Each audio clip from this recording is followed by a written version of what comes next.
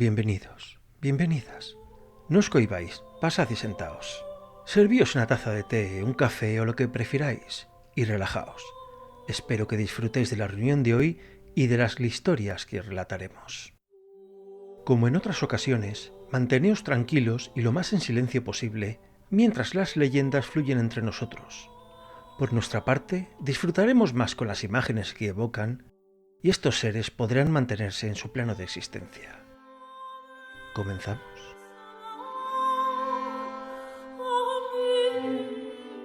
Hoy vamos a meternos de lleno en leyendas que tienen mucho que ver con las iglesias. Y si hay una iglesia con leyenda en la capital, es San Ginés.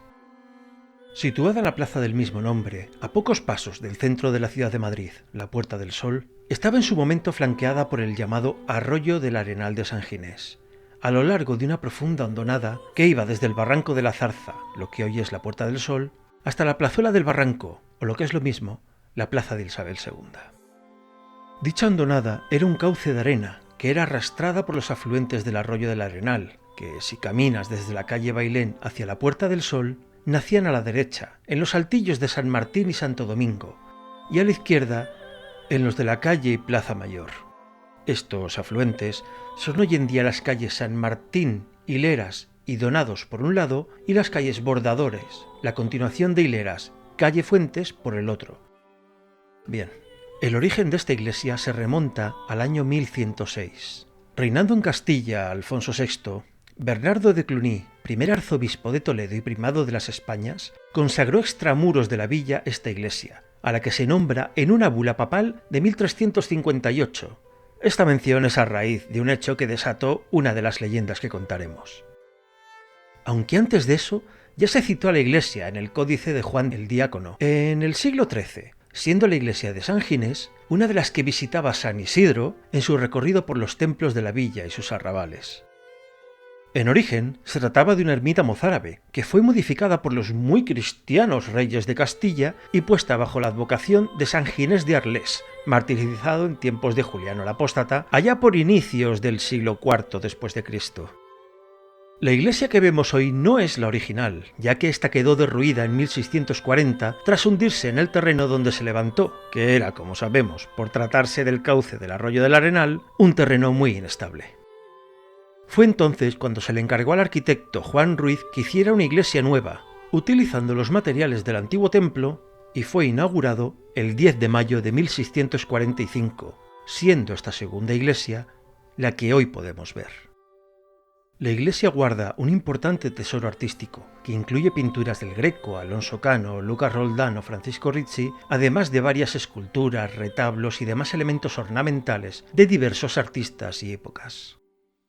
Entre otros hechos famosos, en San Ginés fue bautizado Francisco de Quevedo en 1580, la infanta Catalina, hija del Felipe II, bautizada en octubre de 1576, o se casó por primera vez Lope de Vega en mayo de 1588, además de varias bodas, bautismos, funerales de diversas figuras históricas madridenses. Pero lo que nos interesa es que la iglesia también tiene en su haber varias leyendas, y en esta ocasión he recopilado un par de ellas para traéroslas. Espero que os gusten.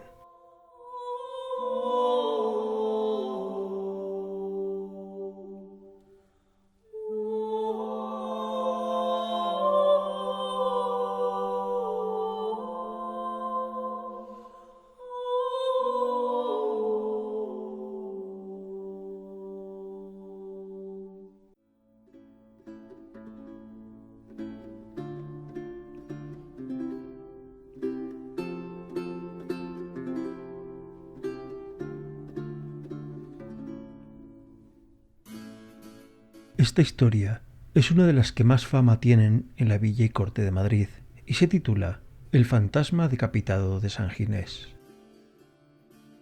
Corría el año 1353, reinando Pedro I el Cruel, cuando un escalofriante suceso alteró la vida de los vecinos del arrabal de San Ginés. Sí, arrabal, ya que por entonces zonas como la calle del Arenal estaban fuera de la muralla medieval de Madrid y por tanto eran llamadas arrabal de tal, arrabal de cual nombre, es decir, en las afueras. El suceso del que hablo fue que alguien había penetrado en la iglesia de San Ginés y había robado cálices, ornamentos, joyas y todo tipo de objetos de valor. Pero a la vez que el acto sacrílego se descubriría otro más macabro. A los pies del altar de la Virgen, en medio de un charco de sangre, hallaron el cadáver de un anciano monje, al cual alguien había degollado con tal salvajismo que la cabeza estaba prácticamente separada del cuerpo. Naturalmente, el macabro suceso provocó conmoción en el vecindario, que se convirtió en pavor cuando a los pocos días hizo su aparición en la entrada de San Ginés una sombra sin cabeza. Esta aparición sobrenatural se repitió en los días siguientes y, para terror de los vecinos, la sombra habló. Y a quien tuvo los suficientes arrestos para escuchar sus palabras procedentes del más allá, le contó lo siguiente. Estaba yo rezando en soledad cuando un grupo de herejes moros y judíos penetró en el templo, perpetrando el robo. Yo me escondí, presa de gran miedo, y cuando iban a marcharse, repararon en mi presencia. Fue cuando, para no dejar testigos de su sacrilegio, me degollaron. La sombra continuó apareciendo día tras día, durante varias semanas, haciendo crecer entre los vecinos de la ciudad una mezcla de terror ante la sobrenatural sombra e ira ante el terrible sacrilegio perpetrado por esos míseros herejes. No fue hasta un par de meses más tarde que los asesinos fueron encontrados y detenidos. Posteriormente, y por orden del mismísimo rey Pedro el Cruel, fueron arrojados, atados y sin miramientos, al cercano barranco del arroyo del Arenal de San Ginés, donde hallaron la muerte. Tras esto, cuentan que la sombra desapareció para siempre, o quizá no. Por los mentideros de la red circula la historia de unos mendigos, ya fechada en épocas de la actual iglesia, aunque sin fecha realmente definida, que a menudo dormían bajo los arcos de la iglesia de San Ginés. Contaron estos sin techo, que además de oír ruidos extraños con frecuencia, tenían la inquietante sensación de estar siendo observados, aunque no eran capaces de ver dónde estaba situado el observador y mucho menos saber quién era. En una de esas noches, unos gamberros trataron de martirizar a los mendigos, y fue en plena jugarreta, con los pobres sin techo aterrorizados hasta el tuétano y los hijosdalgo envalentonados, cuando se oyeron unos fortísimos golpes en la puerta, que asustaron a los gamberros hasta el punto de salir huyendo, corriendo y gritando aterrorizados. Los mendigos estaban en tal estado de terror que permanecieron acurrucados en un rincón de la arcada, no osando abandonarla, llorando y rezando hasta que amaneció. Al día siguiente, a la tranquilizadora luz del día, los mendigos dieron las gracias al cura que abrió la puerta, pero este, sorprendido, les dijo que la iglesia quedaba vacía y cerrada desde el anochecer hasta la primera misa de la mañana después de amanecer, lo que dejó a los mendigos con un susto aún mayor en el cuerpo, no volviendo a vérseles, ya no bajo los arcos de la iglesia, sino por las cercanías. ¿Sigue el anciano monje decapitado guardando la iglesia de San Ginés de los actos de gamberros y herejes aún en nuestros días? ¿Quién sabe? Yo, por si acaso, me guardaría de hacer el cafre cerca de San Ginés. No conviene alterar a los difuntos.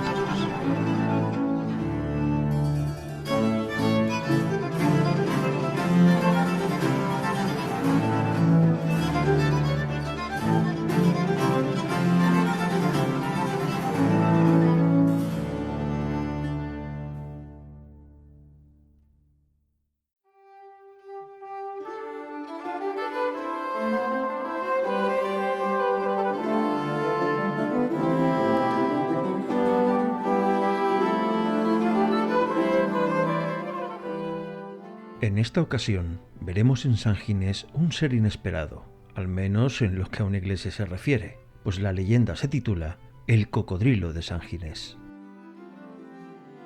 Algo muy curioso de esta iglesia y que la hacía única hasta hace poco, al menos poco tiempo si tenemos en cuenta que hablamos de un edificio con siglos de edad, y es que en la capilla de la Virgen de los Remedios, los fieles y los visitantes podían observar a los pies de la Virgen un cocodrilo de grandes dimensiones disecado. El cocodrilo fue traído en el siglo XVI por Alfonso de Montalbán, aposentador de los reyes católicos, en unas muy curiosas circunstancias. Según cuenta la leyenda, en 1499, durante un viaje a las recién descubiertas Indias Orientales, a fin de asegurar allí los dominios españoles, desde el barco en el que viajaban se avistó un descomunal cocodrilo, y ante ese animal desconocido para los españoles, los aterrorizados expedicionarios decidieron refugiarse en tierra, convencidos de que ese animal acuático allí no podría seguirles. Eligieron la cercana isla de Portobelo, frente a lo que acabó siendo la costa de Brasil, pero cuando estaban en tierra, el cocodrilo gigantesco les persiguió. Mientras trataban de huir, los muy cristianos españoles se pusieron a rezar y presignarse con fervor, clamando a los cielos por una salvación milagrosa. Fue entonces cuando la caída de una enorme rama de árbol que se precipitó sobre el cocodrilo les salvó, matando al saurio en el acto. La leyenda dice que fue la Virgen de los Remedios, que era a la que se encomendó Montalbán, quien se apareció sobre el árbol y con su peso rompió la rama para que cayese sobre el cocodrilo. Otra cuenta que dentro de la rama apareció una talla de la Virgen, que Montalbán llevó consigo en el barco para que les protegiese ante posibles ataques en su regreso a la corte. Como sea, Montalbán logró volver a España y a su llegada a Madrid decidió construir una capilla dedicada a su salvadora en la iglesia de San Ginés, en la que él solía rezar, y a sus pies colocó el cocodrilo disecado a modo de exvoto u ofrenda. Gracias a ello, los madrileños, siempre amigos de los chascarrillos, la empezaron a conocer como la Capilla del Lagarto. Desde ese año, 1522, el lagarto permaneció a los pies de la Virgen, tanto en la iglesia original como en la reconstruida, hasta que desapareció misteriosamente.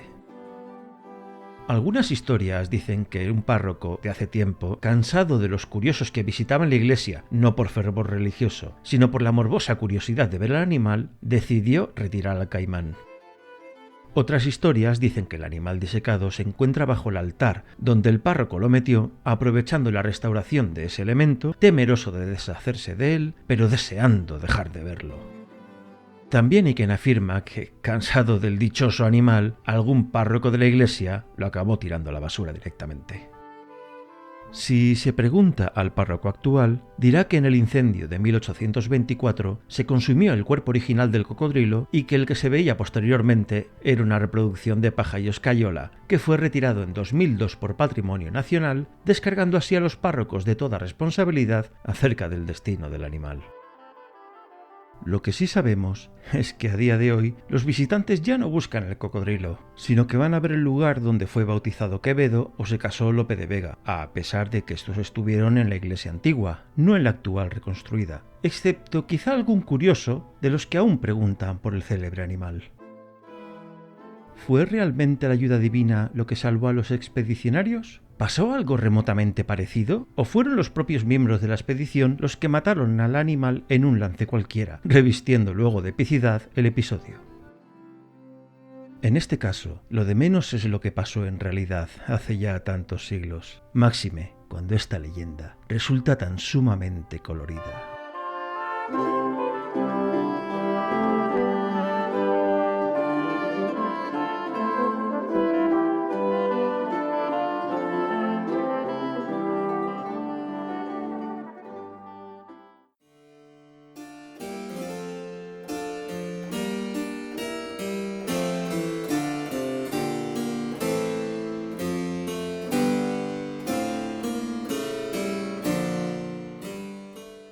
Y con esto acaba este vídeo recopilatorio de las leyendas de San Ginés. Espero que haya sido de vuestro agrado. Por mi parte, yo me despido con el deseo de veros en un próximo programa. Si os agradó el vídeo, no olvidéis me gustearlo y si os apetece, compartirlo con vuestros contactos para que puedan disfrutarlo como vosotros. No os olvidéis de suscribiros al canal y activar la campanita para ser avisados de cada nuevo capítulo, con más historias, cuentos y leyendas madridenses.